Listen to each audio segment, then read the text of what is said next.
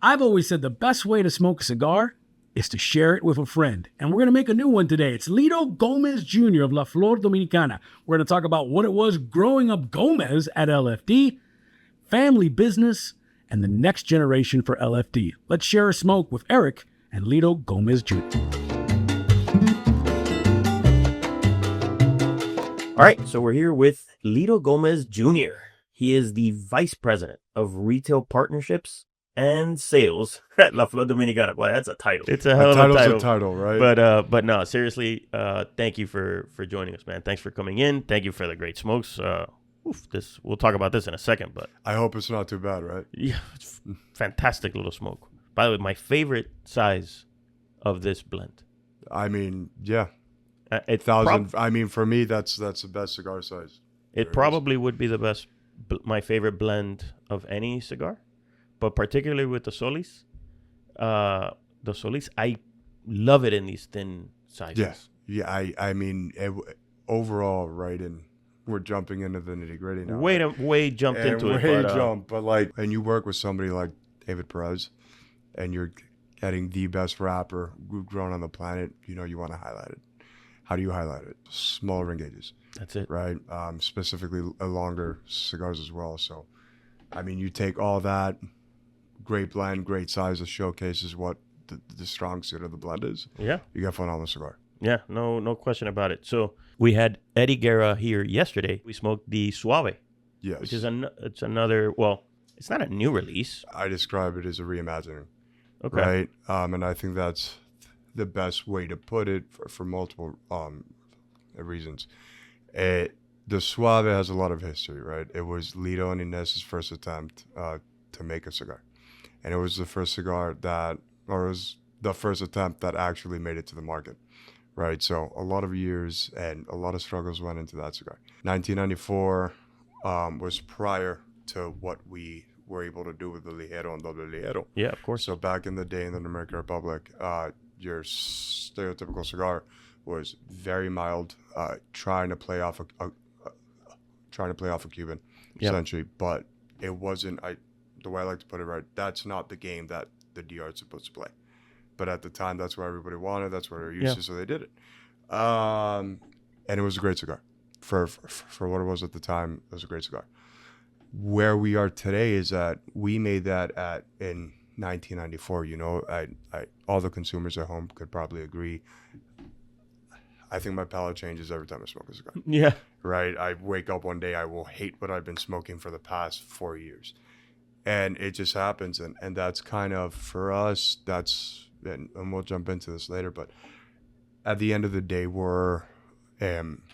We're unapologetically ourselves. And we will not make something no matter what if it's something that we're not drawn to, right? There's no purpose of just throwing something out, whether it's a money play or just because we want to hit a certain market. At the end of the day, whatever we do is because we love to do it and because it's what we enjoy ourselves.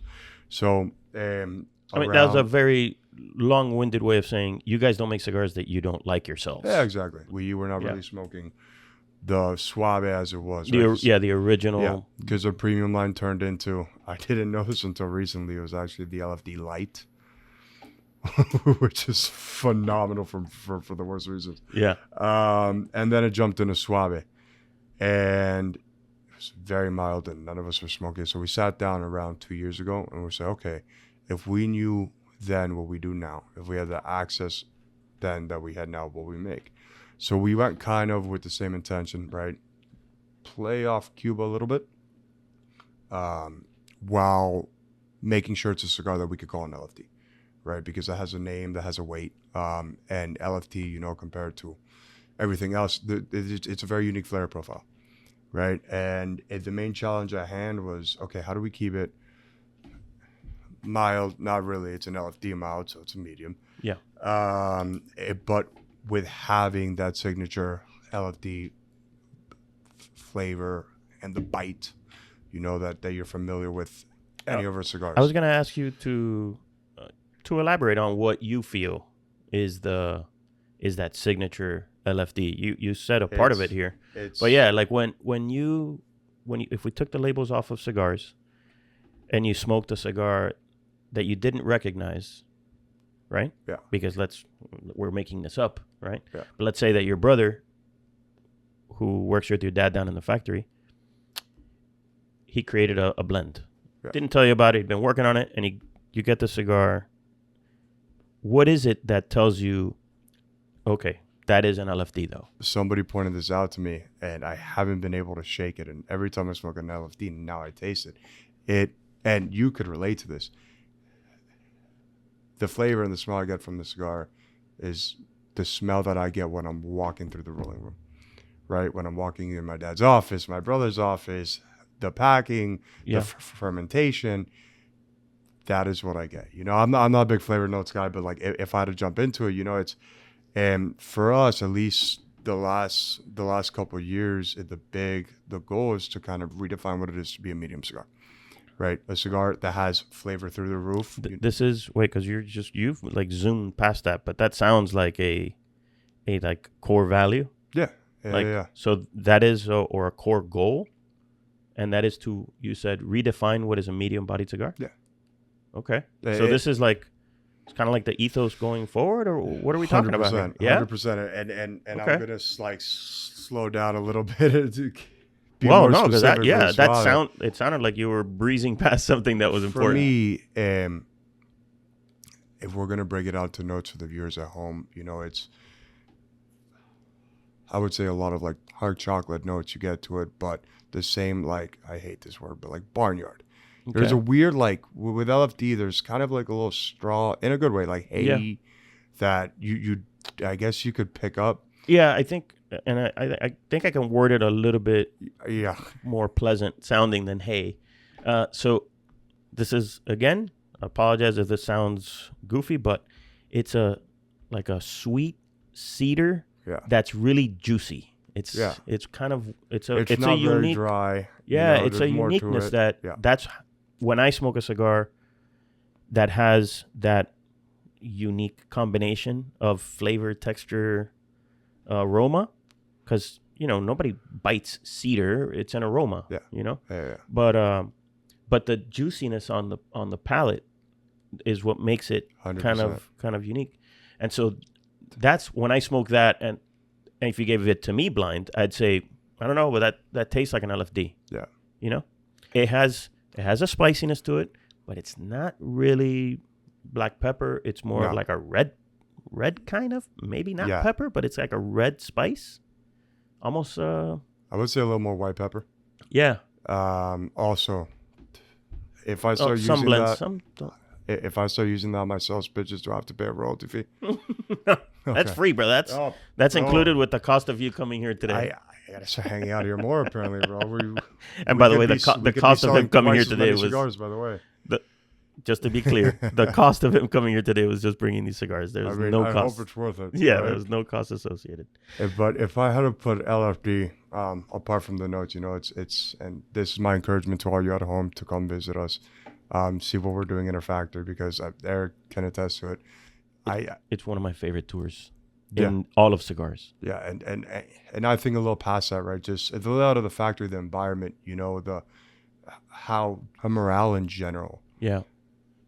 It's very unique, and you're not going to see many, if any at all, factories that have that same energy going on at 24/7. Yeah, and it's very family. It has a very family vibe to it. I know that again, combination of words sounds weird, but it has a family centric vibe. When you walk in, it's everybody knows each other. Everybody's cool with each other. Everybody has like a smile on their face. Yeah, everyone's smiling. Everybody says "Buen dia," good morning. Hey, how?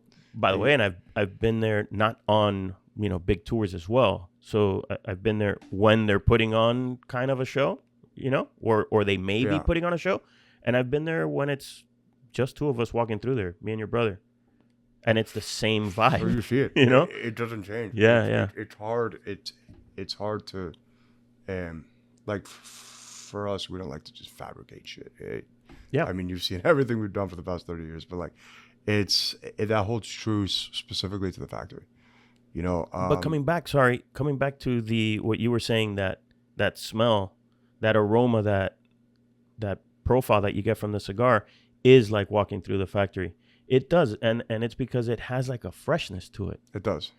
So LFDs are not the kinds of cigars that feel like they've already lived their life. Like, I age a lot of cigars. Yeah. I age them a long time, and I love aged cigars, and they have a different characteristic because the tobacco has they've all been with each other for so long in a humidor that they marry and they do something different. Yeah. And that's cool. It is. But they don't have like that fresh juiciness, of a plant that is, it's still kind of evolving. That's the thing, right? So like a lot of times too, when you age cigars for too long, I'm sure you get this, you lose certain profiles from a leaf that you're trying to show. Of course, the sweetness is the first to go. Absolutely. And you're like, oh, wow. So now I have no balance. Now I'm smoking just wood on wood and spice. Great. 1,000%. Yeah. And I do want to touch back on this because there's a lot of misconceptions, right? In terms of freshness, that does not have to do anything with under fermentation. No, or anything, not at right? all. So, and for us, we believe, right, and we live in a world where age is used to justify a crazy price point. Yeah. No, and listen, and like I said, there are good things about it, and it's great. There are, obviously, there's a very good reason to age your cigars. And when I talk about, so I'm glad you clarified that. When I talk about freshness, I'm not saying the under fermented tobacco that burns your eyes or anything. That there's one thing that you guys do is you treat the tobacco to the point that it has to be treated. Yeah. Which kind of leads me to another thing that I talk about sometimes with cigar manufacturers. Everybody says boutique, oh, we're a boutique factory, we're a boutique. They throw around that word boutique factory, a boutique cigar company. And the majority of the ones that call themselves boutique are just small startups that have another cigar factory make their cigar, right? The word has been completely bastardized. Absolutely bastardized. It's ridiculous. But when you experience the La Flor Dominicana, like the entire vertical tour where you visit the farm and you visit the factory, and then if you have a chance, you visit here, their offices in Coral Gables, like that is what we should be highlighting as a boutique. Yeah. Right? Yeah. Like it, because they are managing every part of the process. 1,000%. Like your dad and your brother and the team that you guys have down there. Incredible, right? Yeah. In fact, they probably take too long sometimes, which is a topic that I'm sure we'll hit it at some point. Don't want to talk about, right? Because back orders have been a synonymous with LFD. We made back orders cool, and now everybody has a back order. People forget we were the first. All right, let's not misconsider things. But like speaking on the fermentation, right? I know we're keep going back and forth. Yeah, it's okay. But we have a smart audience. Yes. I haven't met you, but yes. Yes, you're a genius. I'm sure you have 130 IQ. To whoever's listening at home, but as far as fermentation goes, right? That at the end of the day is always the most important. That's the most important step of the process. Yeah, right? That's where the magic happens. Whether it's aged 10 years to 20 years, or even it's fresh out. As long as the tobacco is fermented the right way, you're going to have a cigar that is perfect, right? It's going to be what the blender wanted wanted it to be. Exactly, right? So for us, when we're talking about that freshness, that juiciness, we make sure everything on the back end is perfect, right? When it comes to fermentation. And then when you head it, we want you to be able to taste all the different primings in there, right? Every little leaf, whether, because you hear people say, oh, it's just in there for construction. No. Each leaf has something it stands out with, and the job as a blender is to really use all those components without hiding anything, right? Because if you're gonna hide something, there's no point of using it. I love that. I really love that. No joke. I mean, it's the truth of it, right? I know, but like what you're talking about is, some manufacturers will, for whatever reasons, they all have their reasons. But certain manufacturers will use, and this is just trying to describe or illuminate what you're talking about. So they'll use, like, let's say, an Indonesian binder just to help the cigar burn because it's very thin and burns well. And it's supposed to be sort of neutral flavor. And what you're saying is we don't do that. What you guys are trying to do is layer on flavors, not hide them. Yeah. And that's why I said I love that when you said that, because like that's what we should be trying to do. I mean, that's what everyone should be doing, right? And the now, problem financially with that, speaking, some people maybe can't, and that's okay. And there's challenges, and I don't mean, when I say this, I don't mean to by any means put anybody under, but let's say for us, right?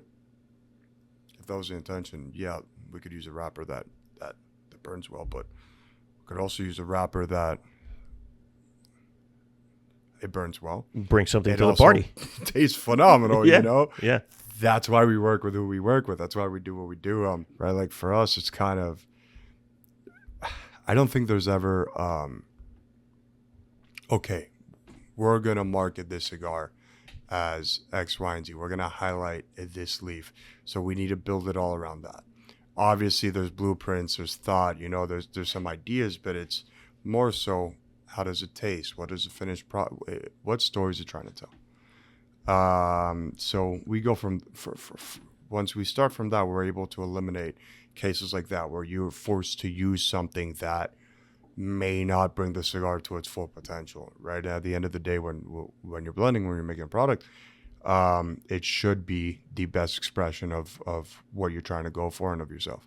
That's a great segue. So when you say that a blend has a story to tell, yeah, like let's use the Solis that we're smoking. What is the story that it's trying to tell? So the actual blending of the Solis was a lot. It was blended when I was like 18 or 17 going on 18, and it was my entire life of wanting to do that.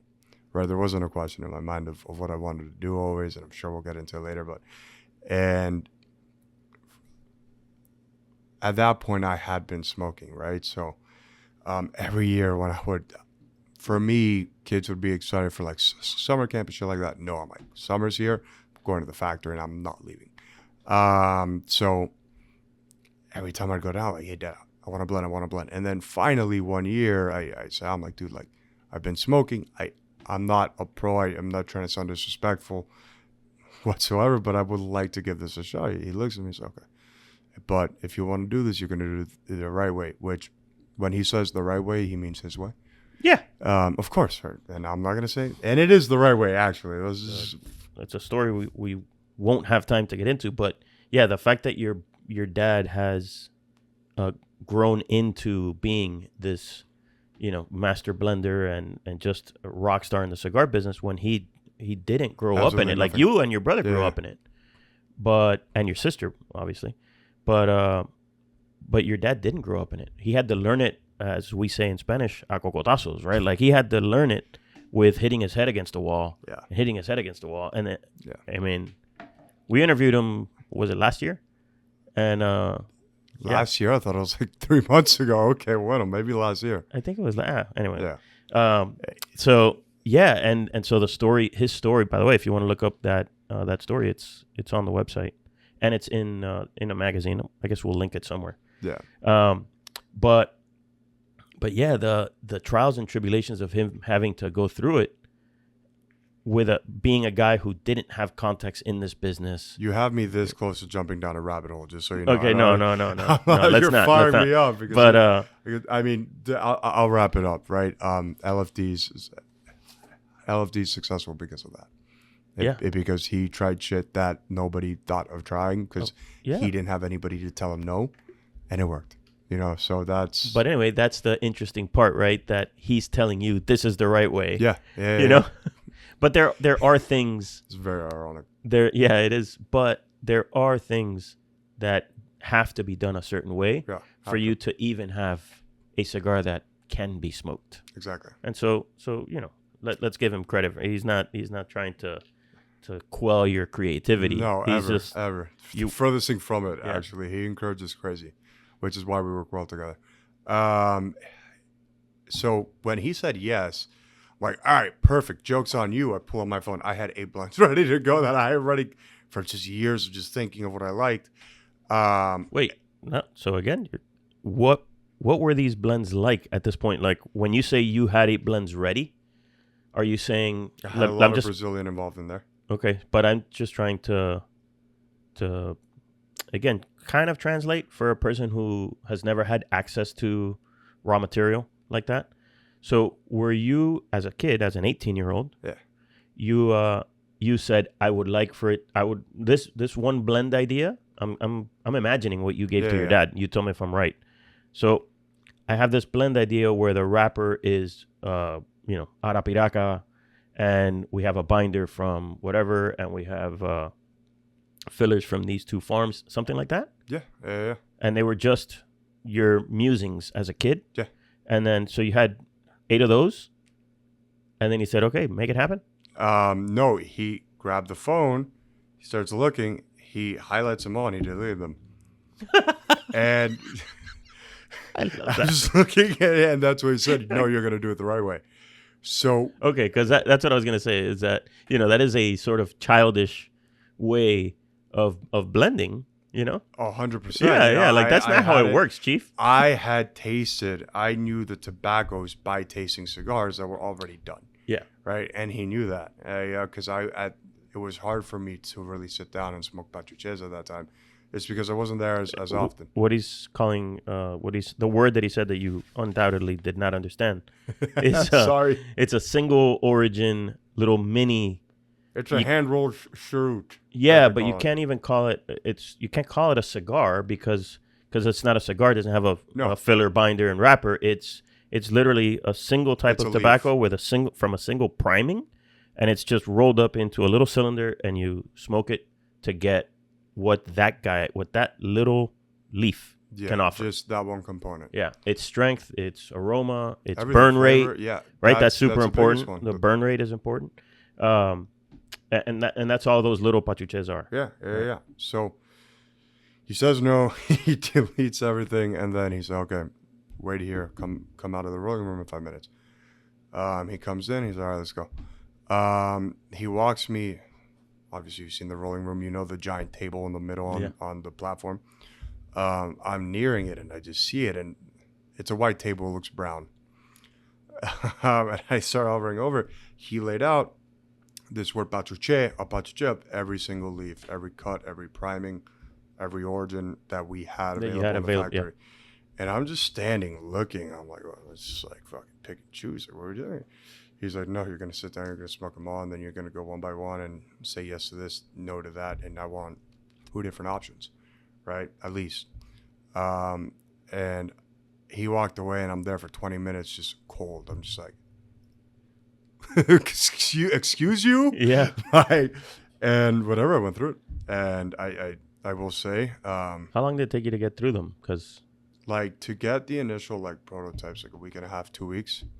Well, no, I mean in that initial sitting of until I threw up. Yeah, I was gonna say. and how bad did you feel? Of course, that was the next question. Terrible, but yeah, because that's how I am, dude. I love smashing my head into a wall. So that first day, it was never you were made for the cigar business, my friend. I'm a masochist. I'm very proud of it too. But no, so I smoked that day until I just couldn't anymore. I was dying. Then the next day, I'm like, we're back, ready to go.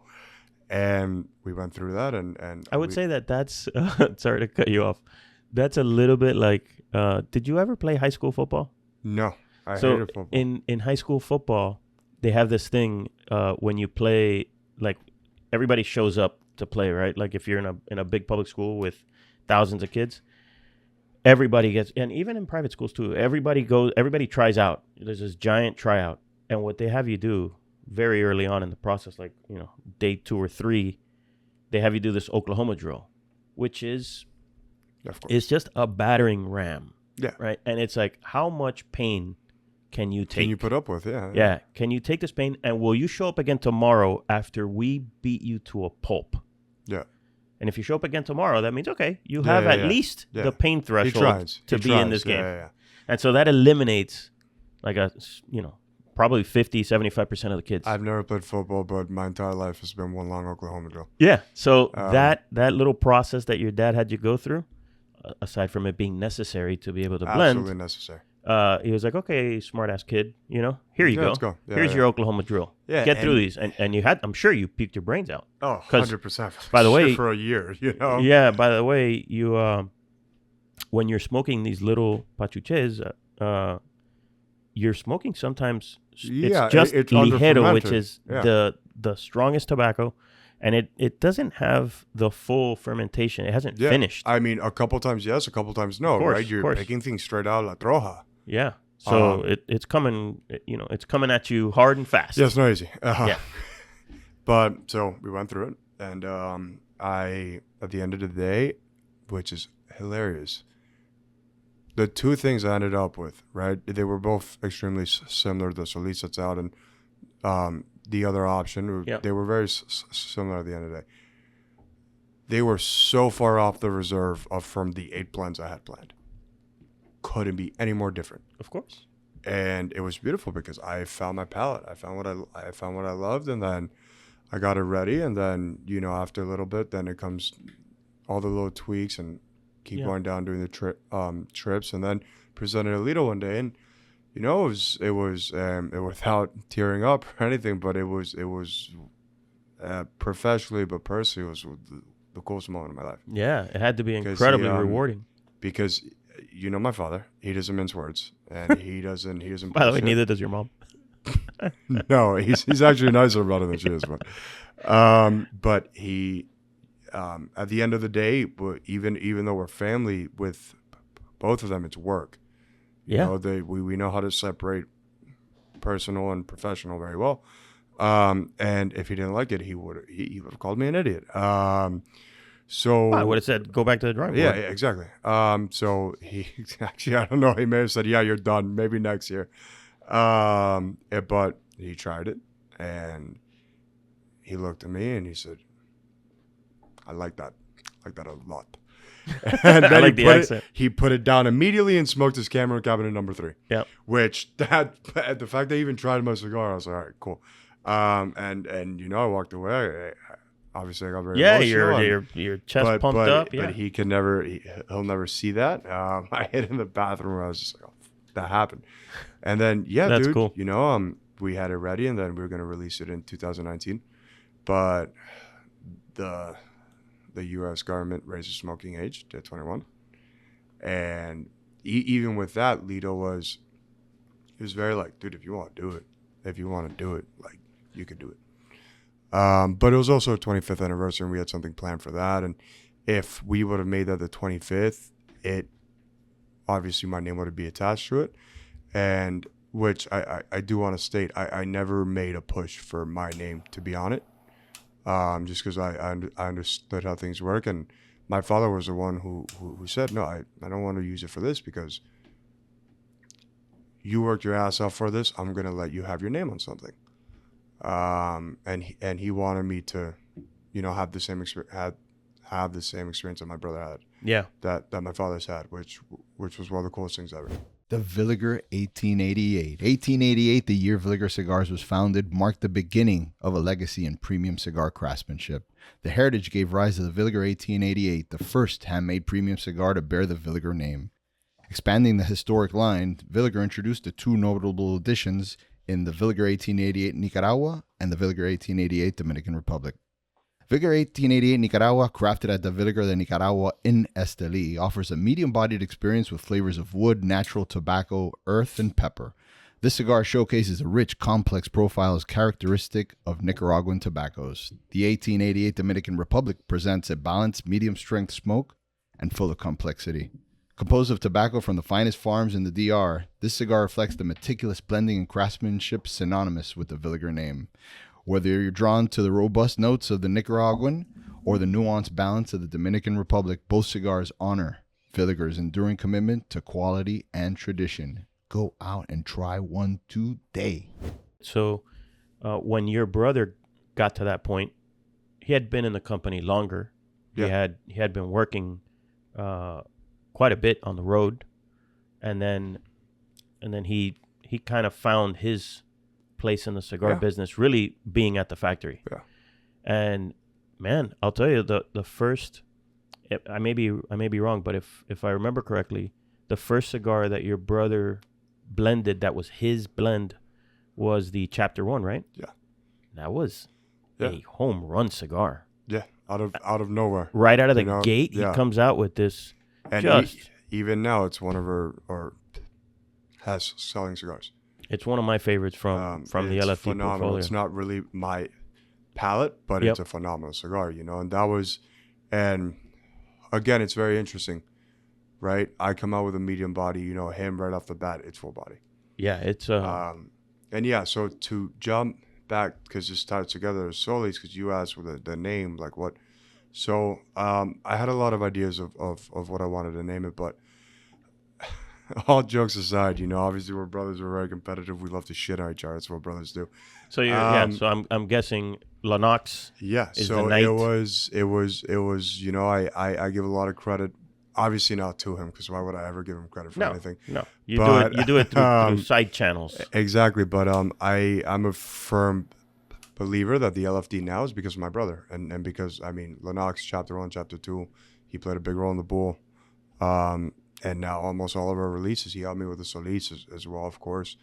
A lot of the releases have come from him, and he's been a giant. He played a giant role in getting Off-D to where it is now. Well, no, yeah, there's no question about that. And Tony's, dude, he's a force. He is a force. You know, he doesn't get as much credit as he deserves sometimes. I think he kind of likes it that way. He loves it. Personally, that way. knowing him for a long time, he's that kind of guy that he's just the unsung hero. You know, he wants to be in the shadows making magic back there. Yeah, and he does that. And he does it really well. But the competitiveness between you two is a cool. No, it's great. It's cool to watch from the outside, knowing both of you guys, right? But Tony's done some now. We're talking just about blends though, and making blends and coming up with blends, but that's not really the key to the whole thing. No, it's not. You know, that only helps you create the first one. Yeah, exactly. You know? And that's where I'm going with this spiel, right? Like, even though the blending process, you know, I wanted. There were a lot of things, right? I wanted to say thank you to somebody. I mean, to everybody, obviously, but and there were a lot of different things, but the main one was, you know, like, this is my thank you to and my brother. And you know, he made Lennox, which maybe people don't know. Growing up, that was my favorite cigar. Oh, really? Yes. Because it's still also one of my favorite. I mean, as you can tell, I love that cigar. My palate is probably more aligned with your brother's. 1,000%. And so his Lennox, yours is Solis. Yeah. And so the naming of it, that's what you're saying is like your thank you to him. Like, hey, you. Yeah. In the sense, it was more so just like telling the story of two brothers, right? Yeah. You know me well. You know my brother well. You know his personality. You know my personality. Yeah. Right. We're very, although we're exact opposites, we complement each other very well. Yeah. And the Solis was kind of an expression of that, right? I wanted to complete. We had the moon. We needed the sun. Yeah. I wanted to complete something he started. And at the same time, you know, the competitive aspect, I wanted to beat him at his own game. So I made it the direct competitor. Respectfully, I want to beat you. Respectfully, I wanted to beat him at his own game, which is exactly what we're about, you know, respectfully. Yeah. We're always trying to beat each other, which is great. Just for someone listening out there or watching who didn't quite get that, right? So here's what I think you mean by thanking him. You're saying, I'm not going to create a brand with a completely different name and a completely different thing that is mine. I'm going to expand on your theme of you went with the night and the moon, and I'm going to stick with that theme, and I'm going to go with the sun. And that's really your way of saying thank you. Yeah. Right. Yeah, I just want to clarify because I think that a lot of people maybe wouldn't have understood what you meant by that. Yeah. But it's I'm going to continue on your theme. Yeah. And I'm going to create my version of your theme as an homage to you in a way. That's really cool, man. And it was a great moment. He liked the cigar. Obviously, he'll like his Lennox, and he'll never admit this is a good cigar, but that's fine. I don't need him to. But again, we touched on it a second ago. The hard part, the part that really is where is the difference between someone who's creating a blend and say someone who wants to use the term master blender, is that that master blender has to manage this blend going forward. Yeah. And has to ensure that every one of the cigars that come off the table with that blend profile has to be like that. Yeah. And so that is the hardest part of this and whole I'm happy game. to bring it up because there's a lot of confusion, and I feel like that word's thrown around. Yeah, no, it's another one that's been bastardized. It had completely been bastardized, right? And I love it when you have a guy who just calls a factory down in Nicaragua and has to make a cigar for him, and he's a master blender. Give me a break, but whatever. It's whatever. Yeah. I'm not here to shit talk anymore. No. But yeah, just don't use that term because you're not. The guy who is at the factory every day. And I'll give you. There's another cigar manufacturer. We won't name him, but the guy is just a beast. He's amazing, and his company, his cigar factory, makes, blends upon blends upon blends. And I've been walking the factory floor with that guy, and a supervisor will say, "Hey, do me a favor, taste this," and he'll taste it, and he's like, "Well, it's." And the supervisor will tell him, "Look, this is, blend X," and he smokes it, and he's like, "No, what did you do? You changed, you took out the whatever jalapa, or you took out the, the tobacco from, you took out the ligero that was in it, and what did you replace it with?" Yeah. And he'll know exactly what that blend is supposed to be like. Yeah. And then we'll keep walking, and a little while later, somebody else will give him something, and what are you making? No, we're making blend Y, and you're tasting blend Y, and it's like, okay, no, that's spot on, and then move on to the next one. Obviously, that's a giant component to it. Of it, and that's the key. Yes, but I would say even more important is prior to even before it got to that point. That's where I think the magic really happens, right? Working the fermentation room, not just actually leading the fermentation, but smoking leaf after leaf. Okay, this is perfect, and I think about it all the time, right? To have I'm young, I'm early in my development, at least on that side of the things. I have a lot of respect for all these guys who have done it the right way because their mind's a record book. And to be able to say, yeah, that tasted exactly like it did 4 years ago, which is, at least at a company like us, it's always a thing, right? If we make a cigar once and you fall in love with it, well, shit, we work for you now. Yep. The number one job is to make sure, do you smoke it in 10 years? It's the same. Yep. That has always been the tension, and it is, right? So that term master blender, that's what it means to me. Yeah. Right. And then obviously tasting the finished product and making sure the concentrations are right. We can get. I don't want to, but you can go granular. Yeah, we can go way too deep. Real granular. Yeah. So, and we won't, because we will bore people to death with that. But I want to talk about something because it's something very cool that your parents have done. Your mom and dad are like insanely hardworking people. Yeah. The hardest in my book, right? Yeah. So, but they've got you and your brother in this business now. Yeah. But what I love is that they had your brother be a rep and be a rep and understand what that was like before getting any further into this business. And then they've done the same with you. Yeah. You were a rep on the road, and now you still, even though your role is VP of sales and retail partnerships, you're still on the road. And so here's what I love about that, right? As opposed to just making you and your brother the heirs of the company and giving you this position to manage people, they had you feel the pain. Yeah. And Oklahoma drill, man. But everybody would say, "Oh yeah, well yeah." I mean, a lot of people do that. You put their kid. But the thing is, being a rep, that is like the relationship between the rep and the retailer. Most important. Is the most important, and people don't know that because it often gets neglected. Yeah, well, here's the way I see it, at least. So, on one side, you have cigar manufacturers. The cigar manufacturer is a cigar manufacturer. This unwieldy machine of people, because it's not a machine of metal and things. No, it's a machine. I wish it was a machine of metal. It's not. It's a machine of people. You actually don't wish it was a machine of metal because it wouldn't. Yeah, it wouldn't be as perfect as it turns out. Yeah. So you have this giant unwieldy machine of people who produce these things that dried up leaves that you can smoke, that give you incredible, beautiful moments in life. Yeah. Okay. And then on the other end, you have the consumer. The consumer, all he does is consume. Yeah. If, unfortunately, the store that's near him goes out of business, he's still going to consume cigars. He's just going to change where he gets them. So the consumer is going to consume, and that's lovely. And the cigar manufacturer is going to make cigars because that's all they know how to make. But in the middle, you have this sort of connective tissue, which is the rep and the retailer, and that relationship that has to happen to get them to carry your product and to support it and to understand it and to be able to relay the message of your brand. Yeah. And that is the biggest pain point. Any little startup cigar company will tell you that. The biggest pain point is, how do I get that retailer to carry my product and support it, right? And so by putting you guys through that quick pain. Note, you brought up something that's really important, right? The whole being the connective tissue. And you also said that consumers consume.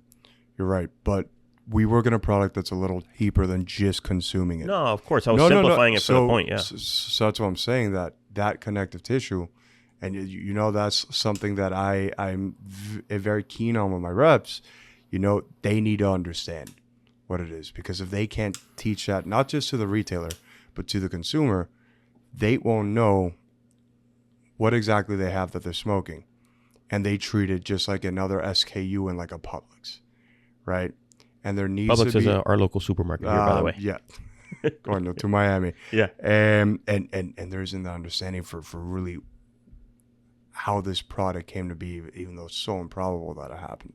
So after having been a rep and still being one, when you were promoted to this VP of sales position, what was the, can you give us like one thing that you maybe changed in the company as a result of this experience? 100%. Without a question, the most useful thing I've ever done or experienced was being a rep, right? Because you understand what it really is to kind of just leave everything to go work for a company, and you're working your ass off. It's not this glamorous thing where you're walking in, everybody's giving you hugs and handshakes that a lot of people like to portray. That's not how it is at all. And you're away from home, and you're in a car, and oftentimes, you know, depending on the company, sometimes you're not talking to anybody. Yeah. And you're doing this for 12 hours a day, every day. Sleeping in hotels, eating out. Yeah. Yes, it's hard. It sounds nice, but no, it's not. It takes a giant toll. And you know, from what I experienced in the past, and just what I've seen in our companies, there was always a little bit of disconnect and of making these guys feel home. And obviously, a big way to my first order of business was, bueno, you know, like, these guys, we need to pay well. And now I think we're one of the highest paying in the industry, which I'm very proud that I was able to help usher that in. And everybody understood it, you know, and these guys need to get compensated for, again, they're the connective tissue. They're the ones who really, in a way, I feel like I work for my reps. Yeah. And I don't mean that in any other way, that they put everything on the line for me. And, you know, I need to meet them halfway. And that was always from the first day when it all happened. We can talk about how the whole promotion happened, but we don't have to. Yeah, I said, I was very clear. I'm like, just know, like, we're gonna have some disagreements, and I will. All right, and we haven't really had much because they understand. But I am rep first because I've lived it, although not as long as many guys. You know, wasn't planned, but I've lived it, and I have an understanding of what it takes to do the amazing work that these guys do every day. Yeah. In your travels as a rep, what are some of your, at the risk of you know, not mentioning a store that supports you, but what are some of your favorite stores? What stores do you think, like, let's not say favorite stores. What stores do you think really do it right? Because there's a lot of hobbyists that have stores, and that's great. I mean, they're a big part of the business. But then there are other retailers who are like professional retailers that do it really well. Who are some of your favorites? I just want to preface that this is solely from the accounts that I have visited most recently and most frequently. Well done. That's a very political answer. I don't want anybody to come after me. I like what you did there. Yeah, right. Good. I'm taking notes. Obviously not from my father, but I'm taking notes from somebody. But obviously, Tobacconists of Greenwich. Yeah. You know, Awesome. but I'm sure everybody knows who they are, and they do not get as much credit as they deserve. The level of service that Mikey he puts in and with his customers is insane. It's top notch. It is insane, you know. And off customer service, another one is Cigar Hustler. Yeah. Up in Florida. Great guys. Tona, Mike and Greg, those are my guys. Always treat me like family, and that is something Awesome I dudes. appreciate, you know. And they're in also, by the way, in a very different way, like the delivery is completely different than Tobacconist of Greenwich, right? It's night and day, but they're providing ethos is customer the same. service like the ethos is the same. exactly. Yeah. They know what the guy's like. Yep. They write it down, first name basis. It's spectacular to really see it happen. Yeah. And then another lounge, you know, one of my favorite lounges to go in, and I would, so this one's unique just because of where it is, right? New York, Tobacco Road, Cedarhurst. Yeah. One of the nicest lounges in the country. Yeah. And it is in a place where it's very hard to find somewhere to smoke. But, you know, New York as a market for all the lounges that are out there, they all do a spectacular job. You know, you have the Matadors. Yeah. And Awesome. Boris, Etul Shaw for Yep. moms and dads, Tobacco Plaza. Yeah. Danny. You know, you like New York was, and for those watching at home, that was my territory. Yeah. So I obviously. have I have a soft spot for those guys, and Yeah. it was cool, right? That whole process for me was cool because New York and New England was one of the founding points of LFD in terms of where we first really began to grow roots. Apart from Jack Schwartz, by the way, Jack Schwartz, obviously. Oh, thank you. That's a good one. Jack Schwartz in Chicago. Chi-town. Yeah, But I the love only thing Billy. I don't like, they close so early. they do.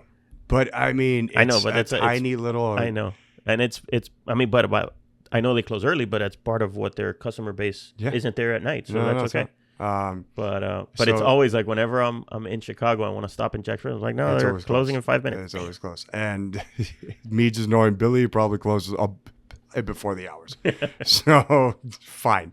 But no, like New York and New England was cool because I learned, because a lot of those guys have been buying LFD for 30 years. So they knew LFD before I was born. They knew what we did back then, and it was such a cool place for me to learn the ropes. Yeah. Right. And just speaking about that in general, there is a misconception about the importance of the road, and understanding your clientele, right? And I'm speaking, you know, us as kids, right? Our parents make cigars, so we need to know tobacco. That's a non-negotiable, of course. But if all else fails, you know, as long as you know how to work with your customers and the retailer, you'll be able to move through everything. Right. And I've always found that extremely important, and I love it. And I think the reason why I'm able to do what I do today is because of that. Let's move on to the the future of LFD. What is on the horizon? You know, like I said yesterday, we had Eddie Guerra here, and Eddie has probably had a big impact in a short period of time on your business, right? He's had a giant impact on. Yeah. He's been with us for 3 months, and I feel like I've been working with Eddie, for better or for worse, for 10 years. all jokes aside, no. That Eddie being with LFD just feels right. And this is the first time that we really hire somebody at that level, like that responsibility, who he does not share a last name. And you sit with us, you work with us, you go to that warehouse, you see what's going on, you see how we talk to each other, you would assume that we are family. Yeah. And I look at him as family, and his resume speaks for itself. You know? Yeah, no doubt about it. But in terms of what that has meant for the company, Yeah. right? So what can we expect? What changes have taken place, and what are some changes that are on the horizon? There's a lot, but I know it's kind of a loaded question. no, he understands his role, and he is here, and he made it very clear to all of us, I'm gonna make all your crazy fucking ideas, which are a lot of, I'm gonna bring them to the light. And Eddie, that is his strength. Yeah. that is his strength. And by the way, he executes to perfection every time. And on top of that, you know, Eddie has experience of working in a corporate structure. And I'm not saying LFD's corporate. LFD does not want to be corporate. But No. he's a great person for me to learn with, right? and understand what is being done other places. Well, he brings structure Yeah, that was exactly. much needed in LFD, right? Because Yeah, you well, guys are like the quintessential family business. yeah, and right? we need that, right? It's like You know, it's your mom runs that distribution part of the business like no one else, right? no. And so and your dad and your brother run the factory side. But again, that's your mom and your dad and your brother. And so I know what it feels like to run a business with family. That's what we do here. Yeah. And it's tough, right? You need some structure. Yeah. You need someone to help you look at it in a different way, because you can say to your mom, listen, I think we're doing this the wrong way, and she's like, what do you know? Exactly. Just, and I have him. But your experience is only LFD, and your brother's experience is only LFD, and your dad's experience is only LFD, and so is your mom. So now you get this outside force who can look at it with fresh eyes and eyes that come with experience. And so what can we expect? So we're a consumer facing podcast, right? So, and magazine. And so what does that mean to the consumer? Because the consumer honestly could care less, right? The consumer just wants to enjoy these things, and God bless him and her. That's exactly what they should do. So what do these changes mean to the consumer?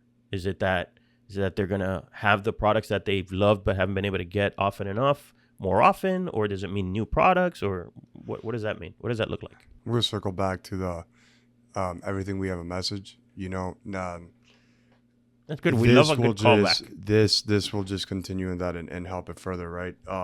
There won't be a cigar we release for now moving forward, especially with Eddie too, and that will just be a cigar, right? We want a cigar to be more than just that. We needed to tell a story. We needed to grab you, something you could relate to, and Eddie's helping us put our lives in our stories, as well as myself, all of you, helping us put that on paper and into the product, right? And you're going to see a bunch of crazy packaging, right? You're going to see a bunch of new limited drops, as well as we want to continue with our core line, making a couple more ultra premium stuff that fall in the core line that you can find anywhere. In terms of new products, right? This is a Cigar Snob exclusive. So we like those too. So the auto, you are going to see some more sizes of the auto. Nice. Come into play later this year. Awesome blend. We're very excited for the story of it. It's the auto represents what happened to my father when he was a jeweler, right? And when he got robbed at gunpoint twice, and how he took that leap of faith. And that auto is supposed to celebrate it, and goes back to the not just a cigar, it's a fucking story, man. And so we're very excited about that. It's a phenomenal cigar. Yep. It's one of our, across everything, it's one of our most highly and most consistently rated cigars. Yep. So we're very excited for the auto. And then coming in next year, the exclusive, we are working on a new line that is a little surprise, but it's a thank you to Litto Gomez. They don't know much about it yet. Oh, wow. So I mean, tell them not to listen to this then. Yeah, they know we're working on something because they've caught me snooping around. But it's supposed to tell the story of their lives via the places they've been. Very cool. And it's something I've been thinking of for a while. And, Eddie has been a giant force in helping me kind of like channel get everything that's in my crazy head and putting it into the product. And we're really excited about it. And yeah, man, from my side, the changes, I took everything that was in the past and I threw it out like it never happened. We want to be the first company retailers think of when you hear the term of retailer first company. I want to bring everything back to the roots, make sure people get the right product. Same thing for the reps. And as far as production, right? We are making on some big jumps, right? We just had a recent renovation last year, and we have begun working on something for next year that will help alleviate that back order situation significantly. Yeah. And we're at a point now, just with the successes that we've had this year, that we are really excited to grow. You know, this has been the largest we've grown in a single year ever, and now we're kind of having the conversations, okay, how do we replicate this? How do we do this year in, year out? Because we're excited with the team we have. We're excited with the energy, the passion, the youth, and just all the concepts that are being thrown on the table. We, as a company, we're the most excited we've ever been. And I'm sure it'll be reflected in the products and the way we conduct business with our retailers, with you, the media, and everybody else in between, and most importantly, the consumer, of course. Yeah. So for people who want to learn more about the LFD story and the different brands that are available, the website, laflordominicana.com. La Flor Dominicana. Yeah. And then social media, you guys are active on social media? Very active on social media. We have a great following on social media. My platform on Instagram is LFD Litto Jr. And then another place. But the company is LFD Cigars. Yes. Across all platforms. Yes. LFD Cigars. Yeah. And another great place where you could read more about this story, there's this little magazine called Cigar Snob. I don't know if any of you guys have heard of it. You guys did a lights out article on my father and some history on the company, which that again, was cool. Phenomenal. So if you want to learn more, you can look at that, and you can know what I'm talking about the jewelry highs, all these things. Yep. Yeah, that was a fun story. Steve just hit it out of the park with that. It was not easy to put together, wrangling. No, because as always, I'm in the middle of everything, and it is fucking A. Yeah. But we were talking about job titles earlier. In reality, I am a glorified Swiss Army knife kindergarten manager, or kindergarten class teacher. That's what that title is. I get it, man. It's but that's everybody in the cigar business, right? Yeah. Unless you're working for like the biggest of the biggest companies. Yeah.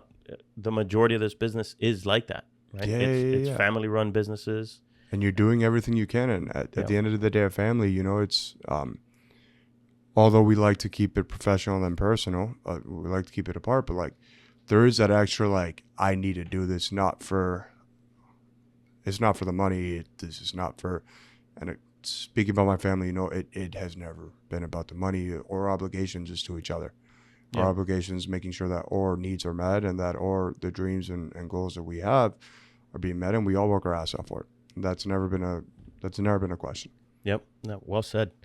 So thank you again for joining us, bro. No, thank you. Yeah, and thank you for everybody listening at home. Erik, you're the man. Jami, Chris, thank you guys for what you do. We wouldn't be here without you guys. So I don't know about that. You guys do a great job. So you're being humble. Relax. All right, guys. Well, that was Litto Gomez Jr. And we'll see you on the next one. Thanks for watching Cigar Snob on YouTube. If you enjoyed that, be sure to like, comment, and subscribe. If you want to check out more of our content, go to the channel and you'll see mail time videos, podcasts, interviews with cigar insiders, and photo shoots with smoking hot models.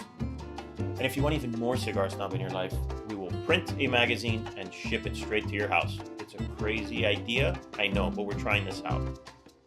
CigarSnob.com to do that. And otherwise, we'll see you later.